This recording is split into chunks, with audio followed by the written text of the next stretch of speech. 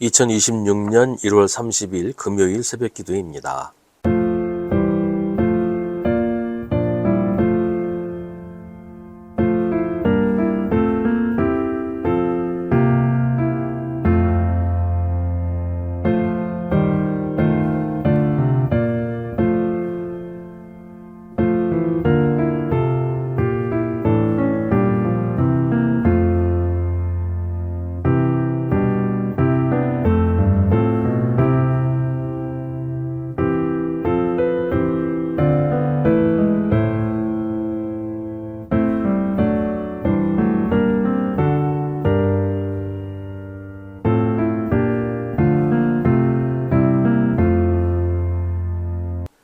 고린도전서 16장 1절부터 24절입니다.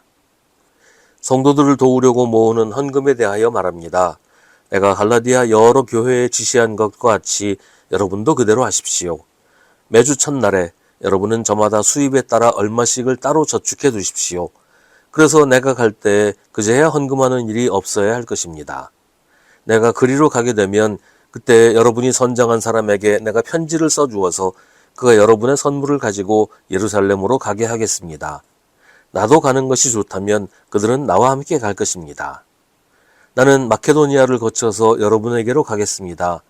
내가 마케도니아를 지나서 여러분에게로 가면 얼마 동안은 함께 지낼 것이고 어쩌면 겨울을 나게 될지도 모르겠습니다. 그 다음에 여러분은 내가 가려는 곳으로 나를 보내주시기를 바랍니다. 지금 나는 지나가는 길에 잠깐 들러서 여러분을 만나보려는 것은 아닙니다. 주님께서 허락해 주시면 얼마 동안 여러분과 함께 머무르고 싶습니다. 그러나 오순절까지는 에베소에 머물러 있겠습니다. 나에게 큰 문이 활짝 열려서 일을 많이 할 수 있는 기회가 왔습니다. 그러나 방해를 하는 사람도 많이 있습니다. 디모데가 그리로 가거든 아무 두려움 없이 여러분과 함께 지낼 수 있도록 보살펴 주십시오. 그도 나와 마찬가지로 주님의 일을 하는 사람입니다. 그러므로 아무도 그를 업신 여겨서는 안 됩니다. 그리고 그가 내게로 돌아올 때에 그를 평안한 마음을 지니게 해서 보내주십시오. 나는 형제들과 함께 그를 기다리고 있습니다. 형제 아볼로에 대하여 말하겠습니다. 내가 그에게 다른 형제들과 함께 여러분에게 가라고 여러 번 권하였지만 그는 지금 갈 마음이 전혀 없습니다. 그러나 적절한 때가 오면 갈 것입니다. 깨어 있으십시오. 믿음에 굳게 서 있으십시오. 용감하십시오. 힘을 내십시오. 모든 일을 사랑으로 하십시오. 형제자매 여러분, 나는 여러분에게 권합니다. 여러분이 아는 바와 같이 스데바나의 가정은 아가야에서 맺은 첫 열매요, 성도들을 섬기는 일에 몸을 바친 가정입니다. 그러므로 여러분도 이런 사람들에게 순종하십시오. 그리고 또 그들과 더불어 일하며 함께 수고하는 각 사람에게 순종하십시오. 나는 스데바나와 부드나도와 아가이고가 온 것을 기뻐합니다. 그것은 여러분을 만나지 못해서 생긴 아쉬움을 이 사람들이 채워주었기 때문입니다.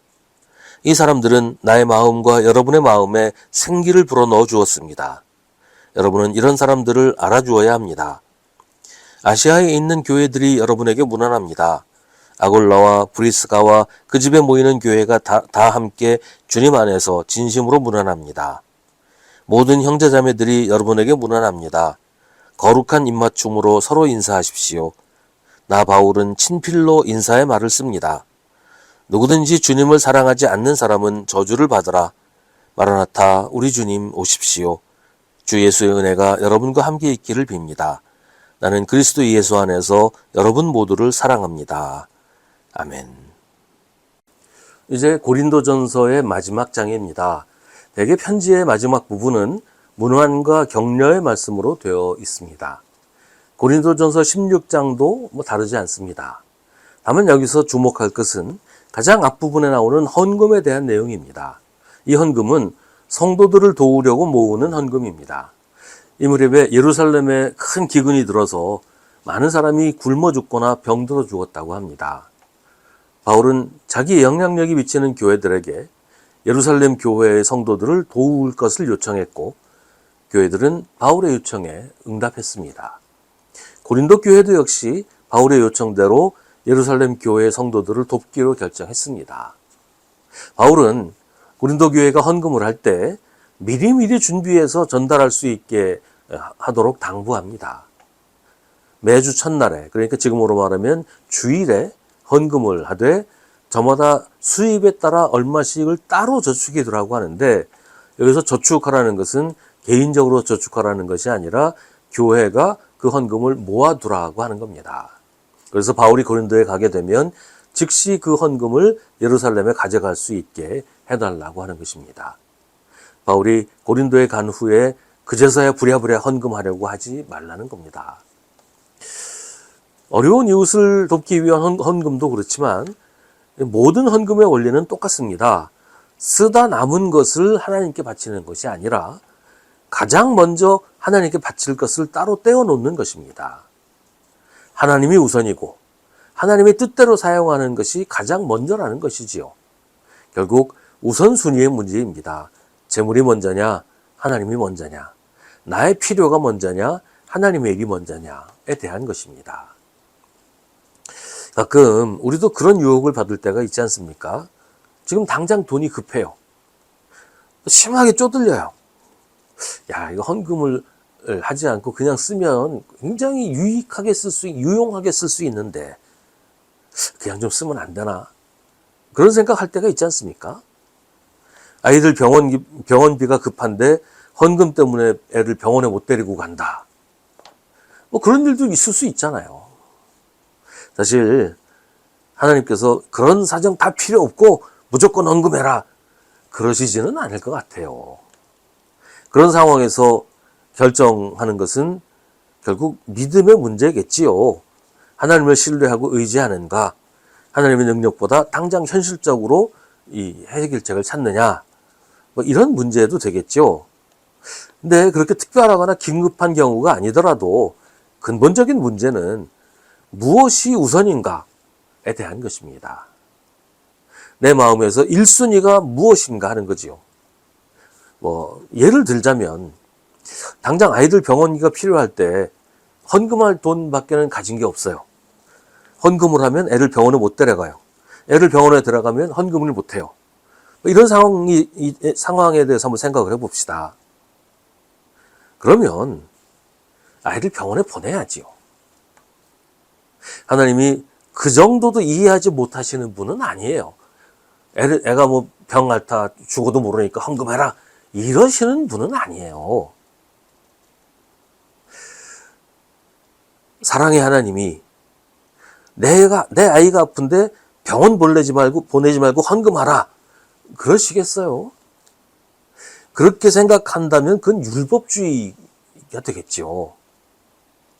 다만 그게 당연하다. 급하면 헌금이고 뭐고 다 제쳐놓고 급한데 먼저 써야 된다.